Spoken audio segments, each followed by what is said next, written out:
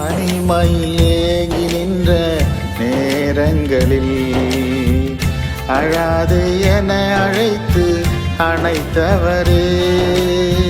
தனிமையில் ஏங்கி நின்ற நேரங்களில் அழாது என அழைத்து அணைத்தவரே.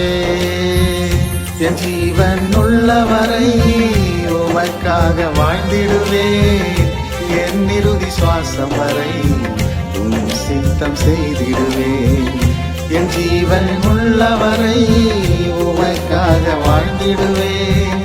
என் இறுதி சுவாசம் வரை உம் சித்தம் செய்திடுவேன்.